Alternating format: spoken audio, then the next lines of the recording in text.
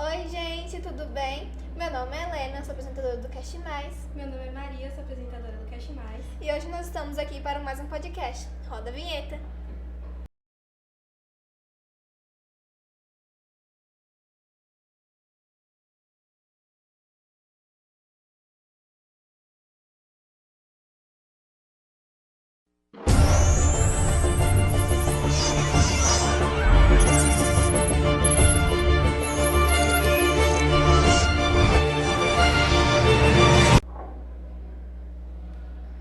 Hoje nós estamos aqui com o professor Francisco Inácio para falar sobre educação antirracista. Ele, criado em Franco da Rocha, é filho de Francisco e Aparecida, magistério no CEFAM, formado em Letras e Pedagogia e especialista em Educação Antirracista e mestre em Literatura Brasileira. Ele é diretor da Escola da Rede Municipal de São Paulo e também é formador de professores. Isso, gente. Ótima tarde para todos. É um prazer, tá? Primeiro, conversar com vocês, falar com estudantes, especialmente quando vocês tomam a frente, tomam o protagonismo para criar esse tipo de coisa, tá? Então, vai ser uma conversa muito prazerosa. Nós também queríamos deixar claro que a educação antirracista é crucial tanto nas escolas quanto no fora delas. É bem importante tratar isso com os alunos e com os professores quando são formados, para poder passar esse tipo de, digamos que, assunto para os alunos, para eles terem uma mente mais aberta sobre preconceito e essas coisas. O senhor pode começar explicando pra gente o que é mais ou menos educação antirracista? Posso. Acho que é um conceito novo, né? É uma discussão nova. O termo educação antirracista é um termo novo, mas ele tem suas raízes na história do nosso povo, né? Na história do povo preto, na história e na história do Brasil. A educação antirracista, ela tem como principal objetivo cumprir a legislação, leis 10.639, né, e a 11.645, que são legislações que mudam a LDB, né, que é a Lei de Diretrizes e Bases que organiza toda a educação no Brasil, com o objetivo de reparar. Eu acho essa palavra um pouco, reparar, uma palavra um pouco simplista demais, mas eu vou usá-la por enquanto, no sentido de reparar todos os danos históricos que nós tivemos desde o processo de escravização, desde a colonização da África e assim por diante até a gente chegar nos dias de hoje.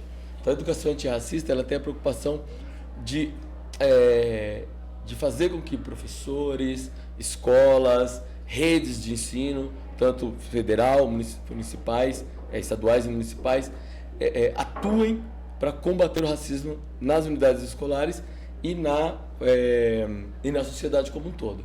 Então a educação antirracista, ela tem esse princípio. Sim, a história do racismo também é muito importante, tanto no Brasil quanto no mundo, que inclui a escravidão, a colonização do Brasil e do mundo e os movimentos sociais que lutaram pela igualdade racial. A gente escolheu exatamente isso porque são temas específicos que muita gente não tem conhecimento. E estar aqui diante do senhor para explicar pra gente é uma gratidão muito grande e para explicar também para as outras pessoas, para entenderem mais sobre esse tema e entenderem sobre o que é realmente. E uma coisa que eu queria lembrar, que o racismo não é só com pessoas pretas, sim de outras cores, mas como brancos, amarelos, pardos, mas a maioria deles envolvem as pessoas pretas por questões do racismo, por questões da escravidão e essas coisas. É um processo bastante complexo, né? Discutir o racismo, o próprio Silvio Almeida, ele que aqui vai discutir, apontar bastante todo o debate sobre racismo estrutural no Brasil, ele vai apontar essa dificuldade, né? Então, discutir racismo de forma geral no mundo é uma coisa bastante complexa. E ele é complexo porque ele tem que... Vou levar algumas premissas que são bastante incômodas para a sociedade. Então, primeiro a gente precisa entender que nós vivemos uma sociedade majoritariamente pensando na questão não só financeira, não só econômica, mas na questão de construção ideológica e construção cultural majoritariamente branca. Branca europeia, branca eurocêntrica e estadunidense, né? Então, toda a história do mundo, ela vai ser construída com base em processos de escravização. Então, povos escravizando o outro. Ela vai se dar dessa forma na história do mundo, mas há uma particularidade na escravização do povo preto africano, né? Qual que é a particularidade nessa escravização? Porque, primeiro, foi uma escravização que visou extrair um povo da sua localidade, da sua terra, por isso ela é também um genocídio, extrair o povo da sua terra, independente de morte e tudo mais, direcionado para uma outra terra, para um outro lugar, pensando aqui na América, parte da Europa, América Central, América do Norte. Os povos pretos foram levados para todos esses lugares, e em todos esses lugares foram escravizados de forma muito semelhante como com base na violência, né, primeiro, com base na destruição mesmo do seu patrimônio cultural, do seu patrimônio histórico, da sua língua. Então, para a gente ter uma ideia, durante o processo de viagem nos navios, nos tumbeiros, navio negreiros, vários nomes eles recebem, durante essa viagem, eles já contavam, por exemplo, que morreria grande parte das pessoas capturadas na África. Então, no processo de captura, eles já colocavam, então, se havia uma encomenda aqui no Brasil, por exemplo, para que se chegassem aqui 100 pessoas raptadas da África, eles trariam 200, porque eles sabiam que 100 pessoas poderiam morrer pelo caminho. Eles separavam essas pessoas por idioma, né? Então não falariam mesmo, não juntavam pessoas com o mesmo idioma, separavam essas pessoas por grupo étnico, então para que não houvesse conversa, não houvesse nenhum tipo de rebelião, né? E elas haviam, tá? Aconteciam muitas dessas rebeliões, aconteciam muitas revoltas dentro dos próprios navios. Muitos navios eram tomados, retornavam para a África. Mas o que é importante a gente entender? Que nesse processo é feito um processo de apagamento histórico. Existe um lugar na África em que há uma árvore que é chamada de árvore do esquecimento.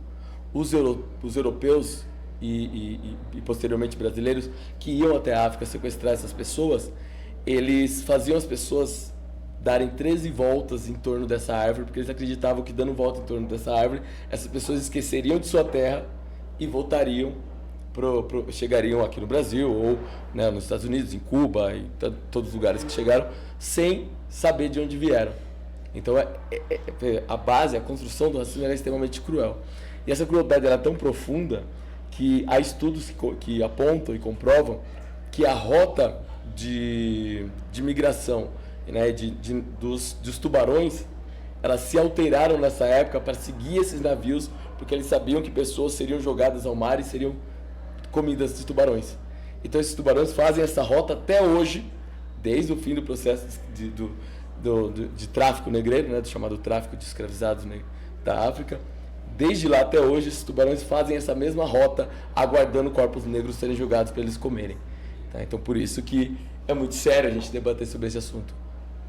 Sim, por isso que eu acho que... Você acha que as escolas enfrentam muitos desafios com o racismo, essas coisas? Olha, a escola, ela é parte da sociedade, né? O objetivo principal da escola, principalmente da escola pública, e eu falo da escola pública porque eu vim da escola pública e defendo a escola pública com unhas e dentes, porque eu acredito que é só nesses espaços que nós podemos ajudar, contribuir na construção da sociedade melhor. As escolas públicas, elas são parte da sociedade, né? Elas não estão fora, não são lugares apartados da sociedade. Ela tem uma vantagem, a escola, que eu acho que é excelente, que eu sempre digo para os meus estudantes, também para os estudantes da escola que eu dirijo, que a escola é o melhor lugar para se errar.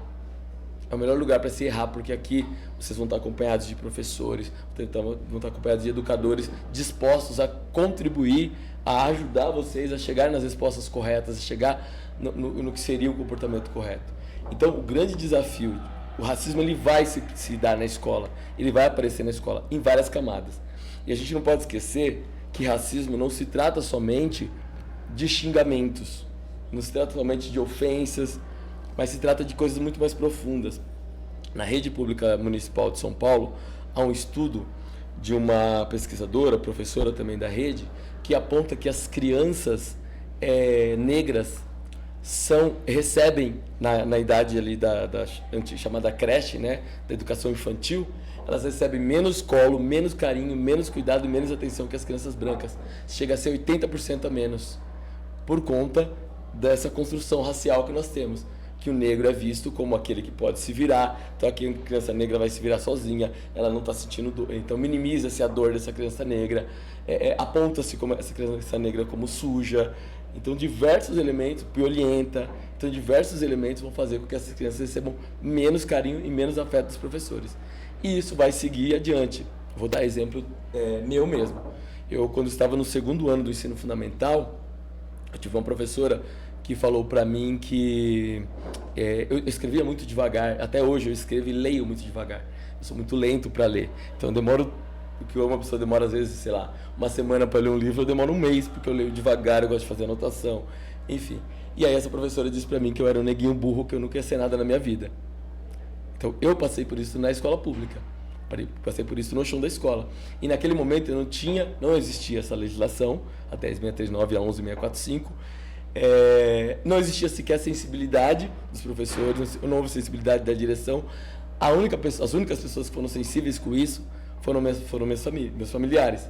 Porque meus familiares olharam, só que a sensibilidade que eles tinham era o que eles podiam fazer na época. Então eles olharam para mim e falaram: então estuda mais, então seja o melhor. E é isso que eu venho tentar, que todas as pessoas pretas acabam tentando ser o tempo inteiro 10 vezes melhor para poder ser considerado como igual, e na maioria das vezes nem isso é. Na escola não é diferente, entre os estudantes não é diferente. Vocês separarem dentro da própria sala de aula de vocês, ou dentro do próprio processo dentro da escola de vocês, vocês vão ver ações que são reflexos desse racismo. Como eu disse, não se trata só de xingamento, de ofensas. Isso é uma parte importantíssima que a gente tem que combater, mas é muito mais profundo do que isso. Muitas pessoas fazem brincadeiras com xingamentos racistas. Isso eu vejo muito, tipo, se tem uma pessoa branca e a pessoa fala: ah, seu preto. Eu ouço muito isso, tanto na sala quanto na escola. E muitas pessoas falam isso sem perceber, usando a cor como um xingamento. Sim.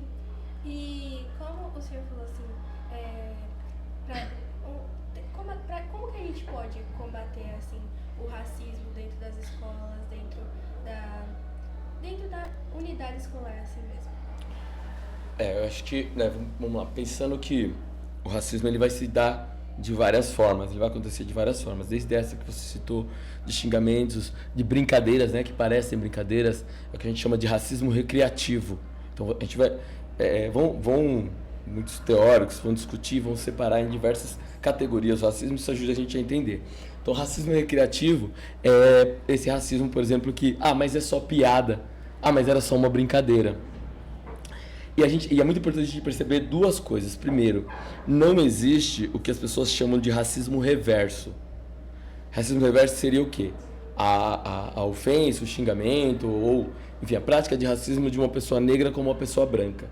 E por que isso não existe? Porque o racismo ele pressupõe a opressão de um povo sobre o outro, né? E aí, quando a gente vai olhar nesse histórico que a gente estava comentando aqui agora há pouco, as pessoas pretas, as pessoas negras advindas da África foram oprimidas pelos povos, pelos europeus e os povos brancos.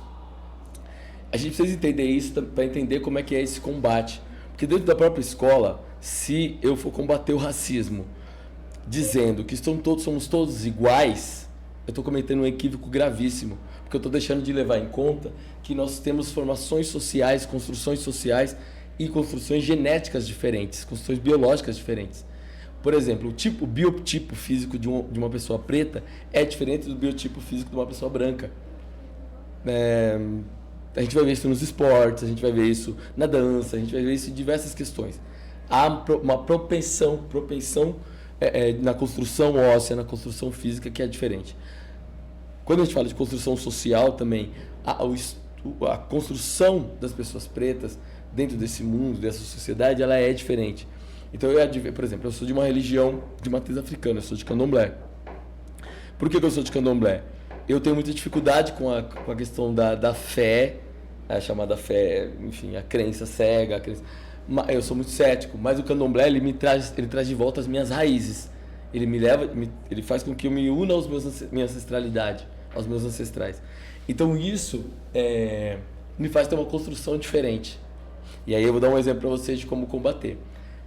Se uma pessoa que é adventista do sétimo dia vem até a escola e diz, olha, na sexta-feira eu só posso estudar até metade do período e no sábado eu não estudo, porque eu sou adventista de sétimo dia, eu não trabalho, não estudo. Essa pessoa vai ser acolhida, vai ser respeitada e a legislação garante isso.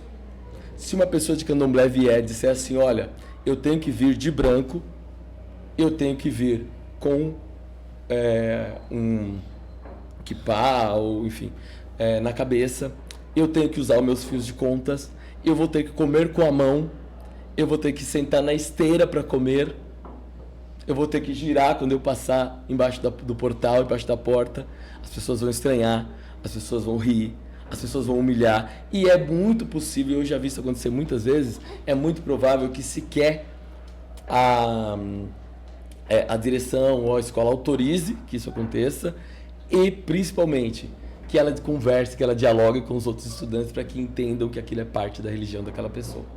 Sim, então, gente, a gente vai dar uma pequena pausa para irmos para o segundo bloco. Voltamos agora no segundo bloco, agora com a participação da Isa. Oi, gente. E vamos continuar o nosso assunto. A gente estava falando sobre como a gente pode combater o racismo na escola, mas como os professores podem ajudar os alunos e ensinar os alunos a entenderem mais sobre o assunto e como eles podem também auxiliar quando isso acontecer. Uhum.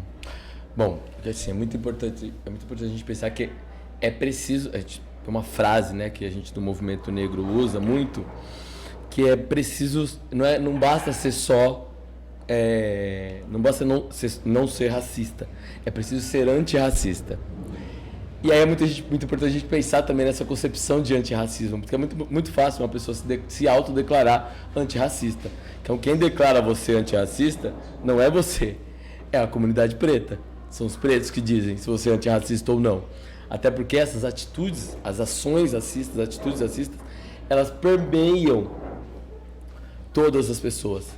Então, é impossível se pensar uma pessoa branca que não seja racista. E é muito duro para as pessoas brancas ouvirem isso, mas é a realidade. Porque elas não são racializadas. Então elas são vistas como ser humano padrão, ser humano normal. E isso é o que vai acontecer com os professores também, muitas vezes. Os professores, na grande parte das suas vidas, aqueles professores que são brancos, eles são lidos como pessoas brancas e não racializadas. E os professores pretos, que não são a maioria, eles vão ser lidos como pessoas negras, que passaram por situações de racismo, muitas vezes descobriram na escola que são pretos, porque o lugar que a gente mais descobre que a gente é preto, que a gente é negro, que a gente sofre racismo é na escola, porque é o primeiro lugar que vão apontar o dedo pra gente, dizer do nosso cabelo, dizer da nossa cor de pele. Então qual que é o papel do professor? Acho que, vamos lá, diante de uma atitude racista, de uma ação racista que aconteça em sala de aula, que aconteça em qualquer espaço, o papel dos professores, o papel da escola é parar tudo para discutir o tema. Parar tudo para discutir o tema com seriedade. Se o professor falar assim, não, vamos, gente, o que é isso que aconteceu aí, vamos dois para a diretoria e vamos continuar a aula, ele não está cumprindo o papel dele de professor. Isso eu falo para meus professores lá, falo em todas as formações que eu dou, falo em todas as palestras que eu dou. Ele não está cumprindo o papel dele de professor ou o papel dela de professora. O papel do professor, o nosso papel enquanto educadores é interromper qualquer coisa para debater esse tema. E por quê? Porque, como eu falei para vocês, esse tema ele é a base da nossa sociedade. A nossa sociedade ela é montada sobre o alicerce do racismo. Então, se você não discute, você naturaliza, você torna algo normal. Para além disso, é preciso que a escola tenha um trabalho antirracista e que não fique esperando o 20 de novembro para fazer um evento e falar, olha que divertido, nós somos todos antirracistas. Mentira, não são nada, vocês são eventistas. Né? Antirracista é o debate ser feito todos os dias, é trazer a cultura preta, a cultura dos povos pretos aqui para dentro.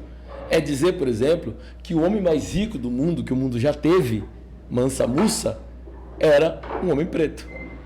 É dizer, por exemplo, que a África possui um panteão enorme de mitos, de mitologias, né? Que a gente estuda mitologia grega. Se eu perguntar para vocês aqui sobre mitologia grega, vocês vão saber. Se eu perguntar para vocês sobre mitologia nórdica, sobre Thor, sobre Odin, vocês vão saber alguma coisa. Mas se eu perguntar sobre Xangô, sobre Ogum, sobre Oxalá, muitas vezes que a gente vai ouvir e vai ver é a repulsa. É as pessoas falando que isso é do demônio, que isso é disso, que isso é daquilo.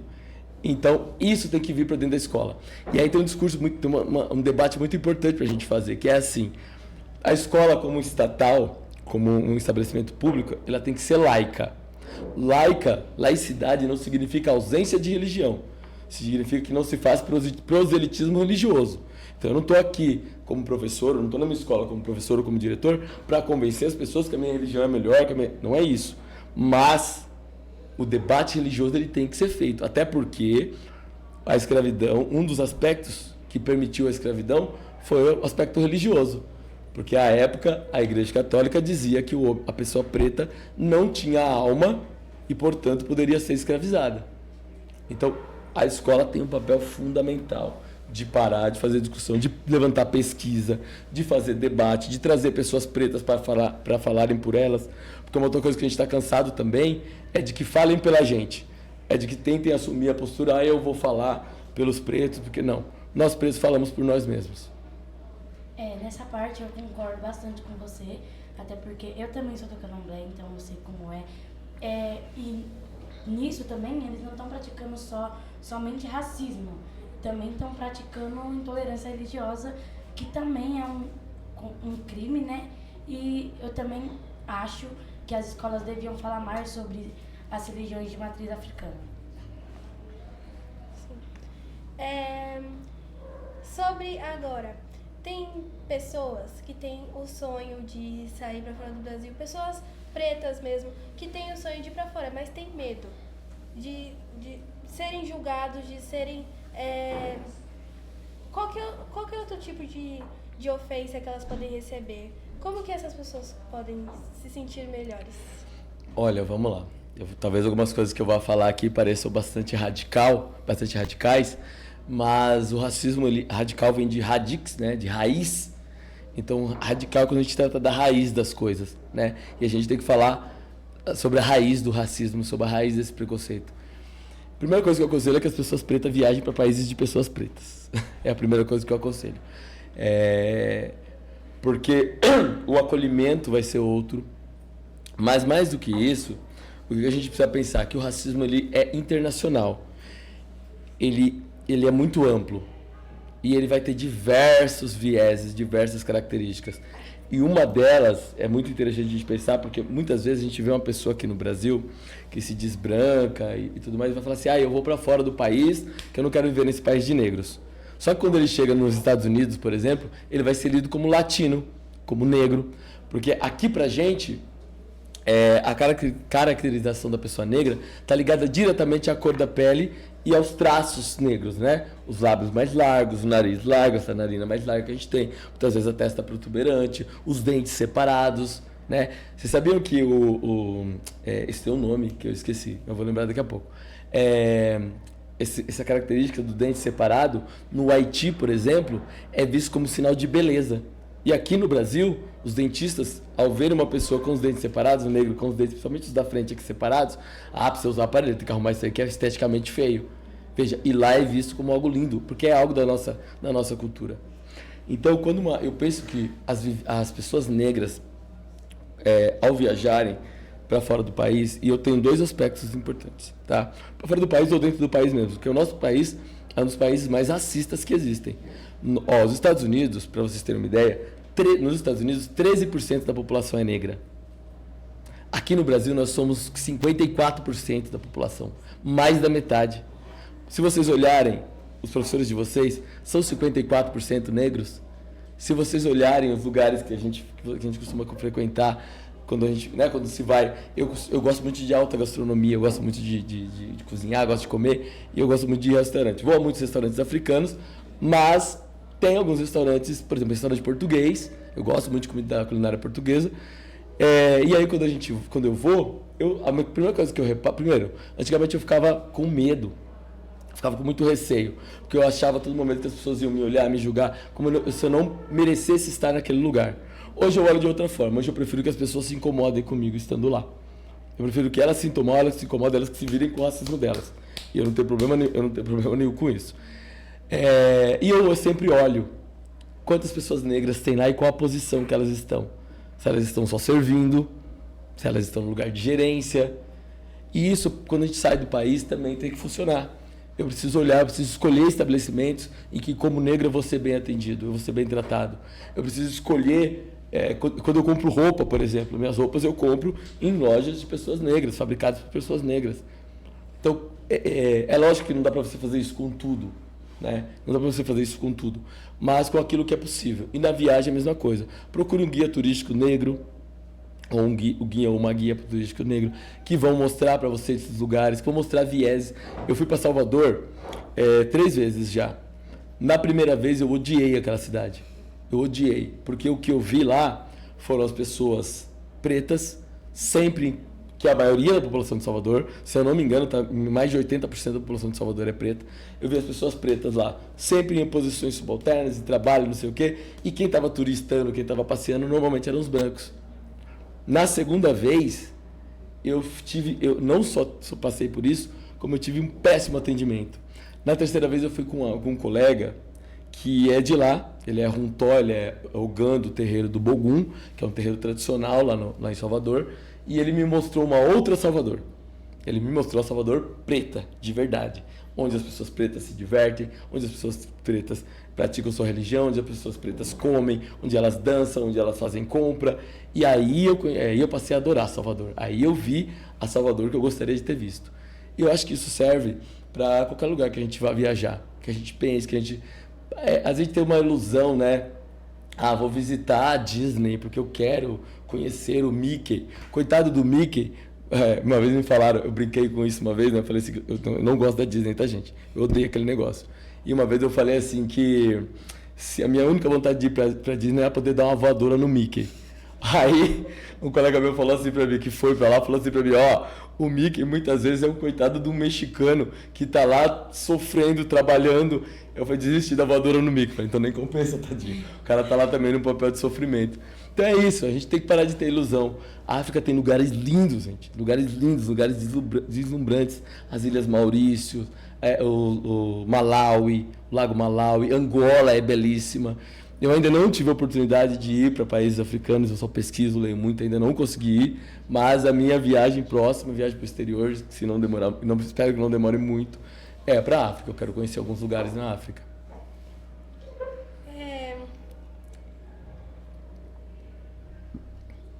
Então, eu gostaria de saber, assim, se a educação antirracista impõe alguns desafios na vida de qualquer pessoa, assim. Ela impõe, assim como o racismo impõe, né, diversos desafios na vida das pessoas, ela impõe. E aí vamos lá, eu acho que eu vou separar aqui, assim, pensando nas pessoas pretas, quais racismos que elas impõem? Primeiro, quais desafios, né, elas impõem? Acho que o primeiro desafio que ela impõe é que a gente vai vai lidar com feridas muito profundas nossas. A gente vai lidar com feridas muito profundas. Eu costumava fazer minhas palestras para ser aplaudido. Então eu sempre ia para as palestras para falar para as pessoas, principalmente para as pessoas brancas, que são as pessoas que acabam me contratando, para falar sobre racismo e para falar sobre como combater e tudo mais. E era ovacionado no final, né, batiam palma, mas eu via pouca mudança depois das minhas palestras. Com o tempo eu passei a fazer palestras para que as pessoas fiquem chocadas, para que as pessoas fiquem surpresas, para que elas não consigam sequer bater palma. sem entender, sabe? Às vezes elas não sabem, não acham nem o caminho de casa depois que eu falo. E por que eu faço isso? Porque eu acho que o racismo ele tem que chocar. Eu preciso escancarar e mostrar, colocar na frente das pessoas. Eu sou de uma geração, eu sou nascido em 81, tenho 44 anos. Então eu sou de uma geração que viveu uma fase de combate ao racismo muito ferrenha. Então, se vocês pegarem as letras, principalmente dos raps dos anos 80, dos anos 90, dos anos 2000, então vai pegar próprio Racionais MCs, D Menos Crime, MWM, enfim, você vai pegar diversos grupos ali. O combate, Facção Central, o combate ao racismo é ali na carne, né? Eu digo que a geração atual ela já é mais leve, ela consegue combater de forma mais leve do que a minha geração. Mas eu não aprendi essa forma mais leve. Eu sei fazer da forma mais pesada. Então acho que um dos desafios é isso, é mexer na ferida. Para as pessoas brancas, o desafio é entender o seu papel. É compreender o seu papel. Então assim, como uma pessoa branca, ela pode combater o racismo. Ora, o racismo, ele foi criado pelos brancos. Ele é propagado pelos brancos. E são os brancos que o praticam contra a gente. Então, uma pessoa branca que se pretende, que quer ser antirracista, ela precisa pular na frente da bala da polícia. Porque a bala perdida da polícia, ela acha sempre um corpo negro. Então, ela tem que pular na frente da bala.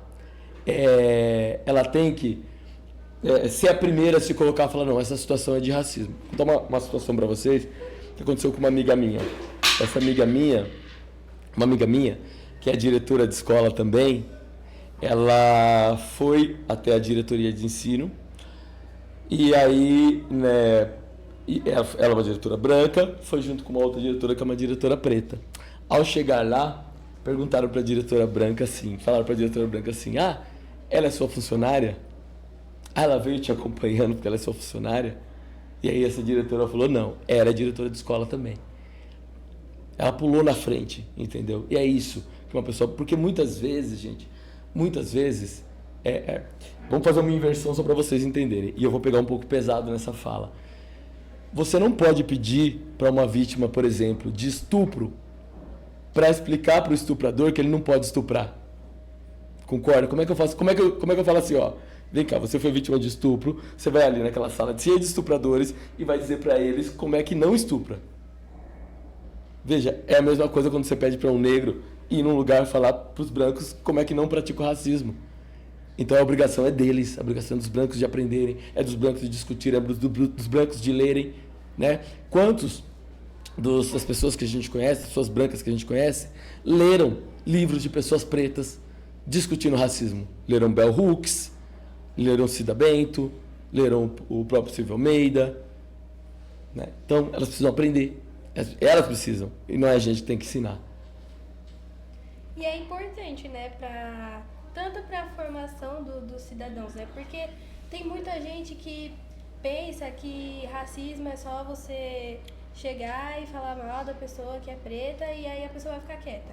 A pessoa em si tem que cair em si do que ela está fazendo, ter essa maturidade de chegar e realmente ajudar, ao invés de criticar as pessoas que são pretas, que têm a cultura, né? Então... acho que eu vou tentar ser o mais... A gente brinca fazendo uma discussão importante, né? Eu vou ser teórico, mas vou tentar ser o mais... escurecer as coisas aqui pra gente entender bem.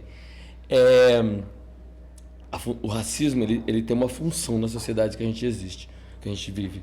Qual que é a função do racismo? Não só no Brasil, por isso que eu digo, o racismo ele é internacional, ele ultrapassa todas as fronteiras. Qual que é a função do racismo? É manter o estado de coisas que a gente tem hoje. Qual é o estado de coisas que a gente tem hoje? O nosso mundo hoje ele é dominado por pessoas, na sua maioria, brancas, muito ricas, de muito dinheiro e que a gente sequer vê. A gente sequer sabe quem são. De vez em quando um idiota ou outro desse dá as caras, né? O Elon Musk é um imbecil que gosta de dar a cara. Enfim, essas figuras aí, elas gostam de dar a cara. Mas normalmente a gente não vê, a gente não fica sabendo. Por exemplo, o mercado financeiro. Vocês sabem que existe uma fundação chamada Fundação Lehman, que é uma fundação que está tentando entrar na educação. a Natura também, e eles estão tentando pegar a educação, comprar a educação, é isso. Mas a gente não vê esses caras, a gente não vê esses donos de dinheiro, esses donos desses meios de produção. Qual que é a função do racismo? A função do racismo, nessa situação social que a gente vive, ela é manter as pessoas pretas numa situação em que as outras pessoas olham e constroem dentro de si o medo de qualquer avanço diante dessa sociedade neoliberal que a gente fala. Então, como é que ela faz isso? Como é que ela faz isso? O negro, hoje, ele é colocado... Hoje não, há muito tempo, né? É que hoje isso fica mais escancarado para a gente ver. Mas ele é colocado como uma situação de alvo o tempo inteiro. Então, é ele que vai ser alvejado, é ele que vai ser morto. Se vocês assistirem qualquer jornal e verem quem está sendo mortos são as pessoas pretas, principalmente homens negros. O nosso país, ele tem encarcerado, dentro do encarceramento né, das pessoas presas hoje, chega a 80% de pessoas, homens negros, são presos. Então, quando muitas vezes a gente fala assim, mas o pai dessa criança nunca está presente, esse cara ou está preso ou está morto. Mas a mãe dessa criança nunca consegue vir na escola. Muitas vezes ela tem 2, 3, 4, 5 empregos. Eu conheço mulheres negras que são empregadas domésticas de manhã, são transistas à tarde, ainda tem que cuidar dos filhos, passa roupa para fora. Então, tudo isso faz com que essas pessoas fiquem afastadas. E para que serve isso? O Du Bois vai falar que é o salário psicológico do homem branco. Qual que é o salário psicológico do homem branco? É ver sempre que se ele olhar para o lado, ele vai ver um preto pior que ele. Então ele diz assim, a minha situação não está tão ruim assim, porque olha lá, aquele preto está pior do que eu. Isso acontece todo dia na nossa sociedade. E esse medo chega a tal ponto que, por exemplo, as pessoas elas costumam dizer, né, bandido bom é bandido morto. Mas esse bandido normalmente é bandido bom, bandido morto, é bandido preto. É o cara preto que vai morrer. Quando eles dizem assim, olha, mas a violência tem que ser combatida com violência. Quem vai morrer são as pessoas pretas. A grande maioria, o tempo inteiro. Isso causa nas pessoas o medo de chegar nessa situação. A todo momento as demais pessoas são ameaçadas com a situação do preto no Brasil. Tá vendo aquele cara não tem nem onde morar? É isso que você quer chegar? Tá vendo aquele cara não tem emprego para dar comida para os filhos deles? É aí que você quer chegar? Não é? Então você vai trabalhar de Uber para mim, é isso. Você vai aceitar ter um trabalho precarizado, vai aceitar ter uma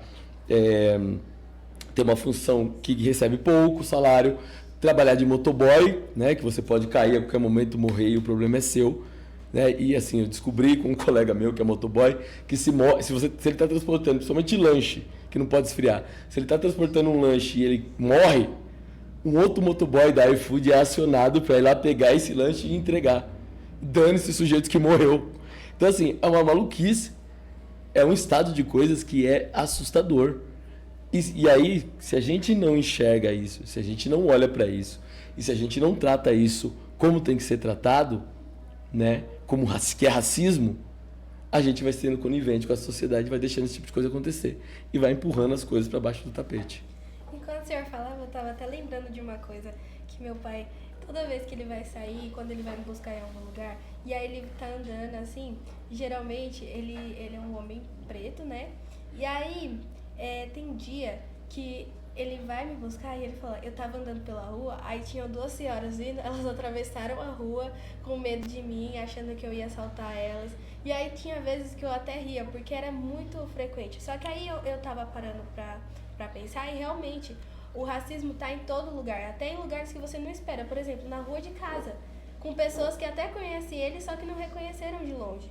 Então, são muitas questões a ser tratadas.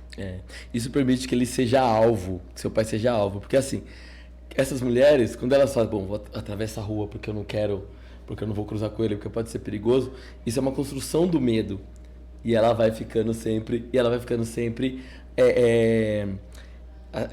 assim, se eu tenho medo, qual que é a nossa tendência enquanto seres humanos? Tudo aquilo que me causa medo, eu elimino.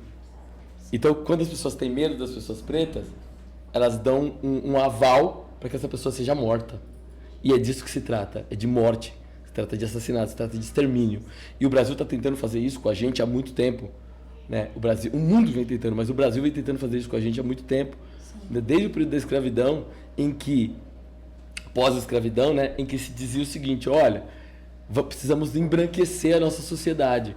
Então jogaram todos os documentos que comprovavam a escravização no Brasil fora, queimaram e tudo mais, e houve uma campanha para trazer europeus aqui para o Brasil e para promover relações e casamentos de pessoas negras com pessoas brancas, para que aos poucos a ideia deles era que em algumas décadas o Brasil deixasse de ser um país de negros. Sim, e voltando um pouco no que você tinha falado antes, querendo ou não, pra gente da cor preta, é muito gratificante ver pessoas da nossa mesma cor em, tipo, lugares de classe alta, por exemplo, diretor de uma escola,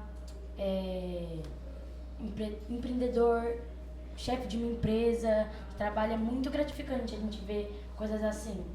Você tem toda a razão, é importantíssimo.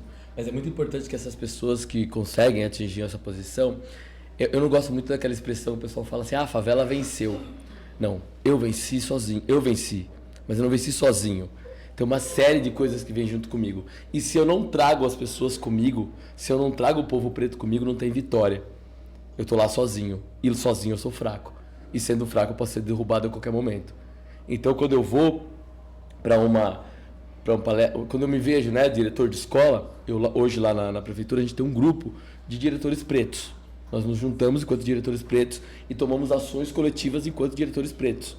Então se eu não trago junto, se eu não trago as pessoas, se eu não volto para minha comunidade, eu fui professor de cursinho pré-vestibular para pessoas pretas. Então se eu não trago isso de volta para minha comunidade e não trago minha comunidade junto, não tem vitória, né? E não tem referência também. Eu costumo dizer o seguinte, hoje a gente tem, por exemplo, a Maju Coutinho, que é uma mulher negra, apresentando o Fantástico. Mas eu gostaria de saber se as pessoas que escrevem a pauta do Fantástico são pretas. Eu gostaria de saber se os donos das empresas que fazem propaganda no horário do Fantástico são pessoas pretas. Eu acho que não.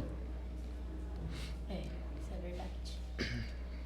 São muitas questões assim, né, a serem tratadas. E como o senhor se sente ao ver, tipo, as pessoas pretas em si soltando a voz, dizendo o que pensam, dizendo realmente o ponto de vista? Olha, é importantíssimo, porque a gente nunca teve voz, né? A gente nunca teve voz, a gente não pôde falar. Então hoje tem mais espaços, né? Os podcasts, esses outros lugares são espaços para isso. O que a gente não pode trazer, o que a gente não pode esquecer, é que a gente traz um coletivo com a gente, que a gente traz um grupo com a gente.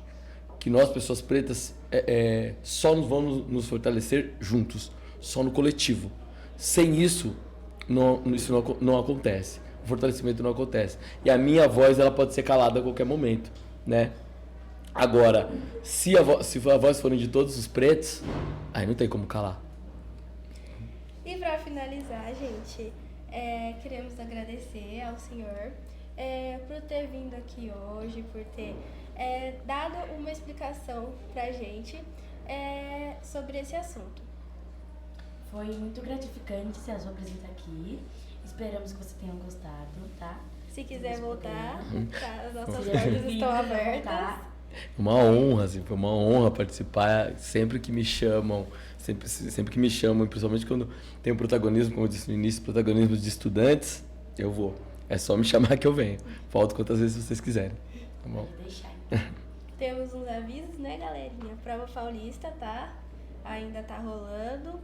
As tarefas, né? Os aplicativos pra gente fazer. E é isso. E lembrando que sexta-feira também, gente. Muito obrigada e tchau, pessoal. Até o próximo podcast.